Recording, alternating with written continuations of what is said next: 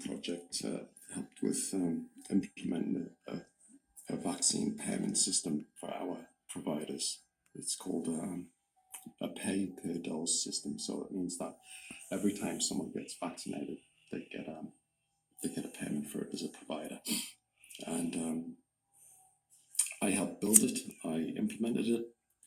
And when I was looking at the data, which is part of my job, I noticed some discrepancies with the dates of death, people dying within a week of being vaccinated. So what did you notice when you first started to look at this data as you were building it? Well, as soon as the system went live, we noticed that people were dying almost straight away after being injected. So that sort of prompted my curiosity a bit, and so I dug a little deeper. And I am a scientist by nature. I love science. It's my all-time favorite. I've got a master's degree in science. So nobody knows this data. Nobody but me in New Zealand has seen this data. Now I'm giving it to the world. Explain why. Explain that. Because it's a payment system, and I'm the database administrator for it. I'm the only one. Because New Zealand is a small country, you can get away with one database administrator to do this. So I'm in a unique position in the world, and because New Zealand is a tier 1 country with really good IT, I was able to manage and build the system and be the only database administrator needed to look after it. In other countries like America or Britain, you'd need a whole team of people. So it would be very difficult for one person to get access to all of this information. But in New Zealand, because of the size and because it's got really good IT, I happen to be the one. A lot of people want to know, what was my batch? What can you do to help Kiwis with that? Okay, so what I did with the data was look at the top 10 batches that had a high death count, a high mortality rate, and I put them on a chart, which you can see up there. So it's got a batch ID, which is our internal number for a batch, but you can easily get the Pfizer batch ID from that. It shouldn't be too difficult. Tell us more about that, because a lot of people will say, hey, that's only the top 10. I want to know my batch. What would you advise? Yep, you can do that. There's a website, Find My Batch, for the whole world that can actually find that. We can list this on a website, the whole number of batches. There are 119 individual batches so far in New Zealand, 119. Of the Pfizer? Of the Pfizer. Actually, no, of all of them, because we have Moderna, we have AstraZeneca, but they're only few and far between. Mostly it's Pfizer in New Zealand. So people can find that? Yeah. Find my batch? Yes, they should be able to, yes. Hello. So what I did was our internal batch ID.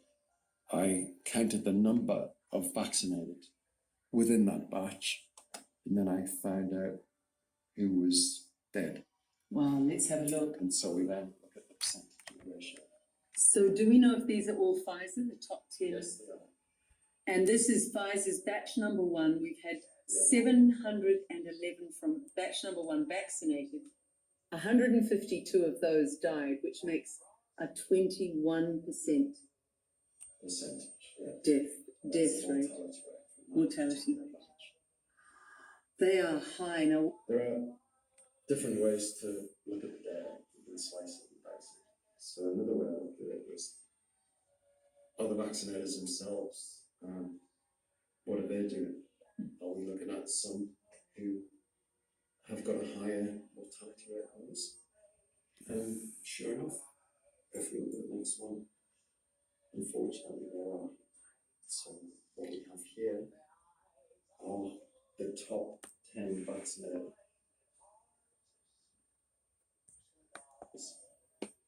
who have the highest ratios of mortality.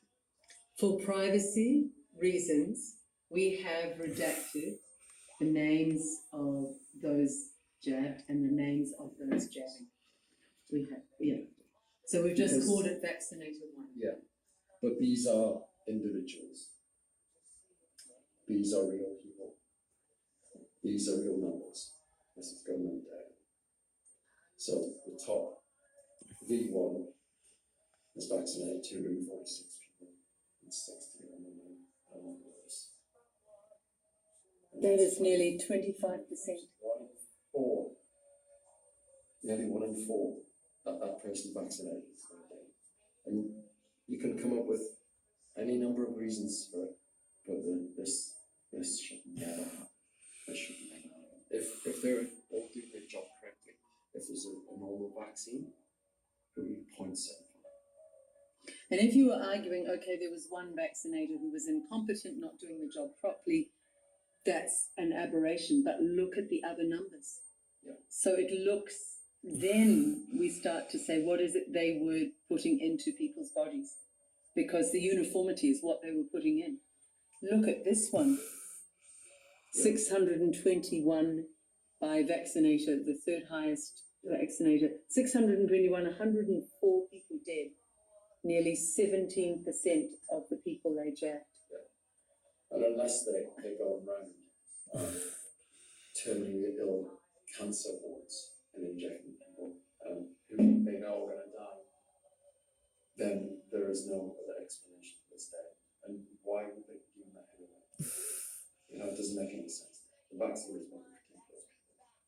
On the left there, the big red line, is the Christchurch earthquake event. So that is the outlier, and that's a lot of people died on that day.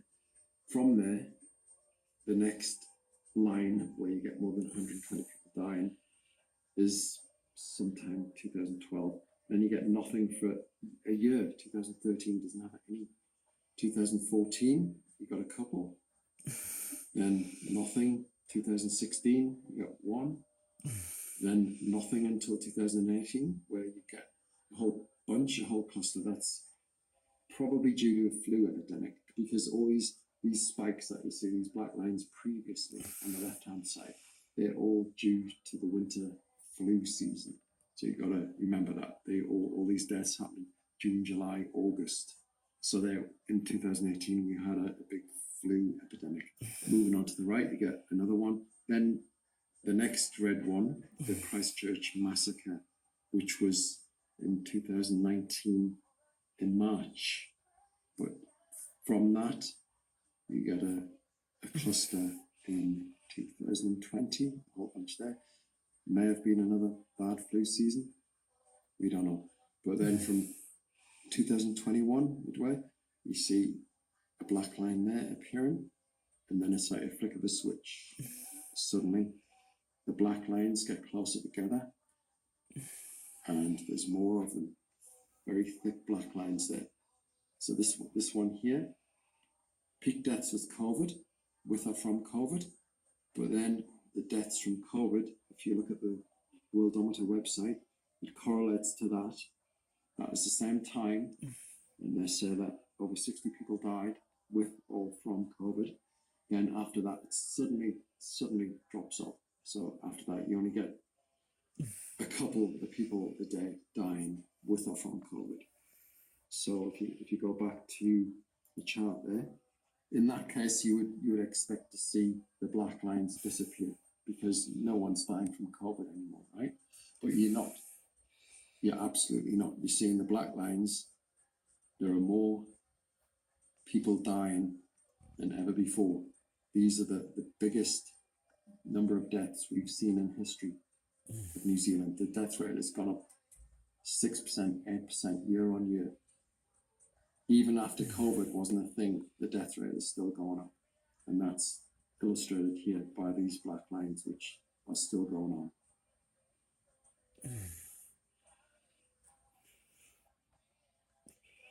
So that's what it was. It was New Zealand. And I find Australia interesting because, for instance, their deaths were up in 2021, 10,000 people. Okay. But COVID hadn't even reached the country yet. But the jabs had, the vaccines had. So from 2021, and then COVID doesn't get there for a year, there was an excess of 10,000 deaths. So that's all by depopulation.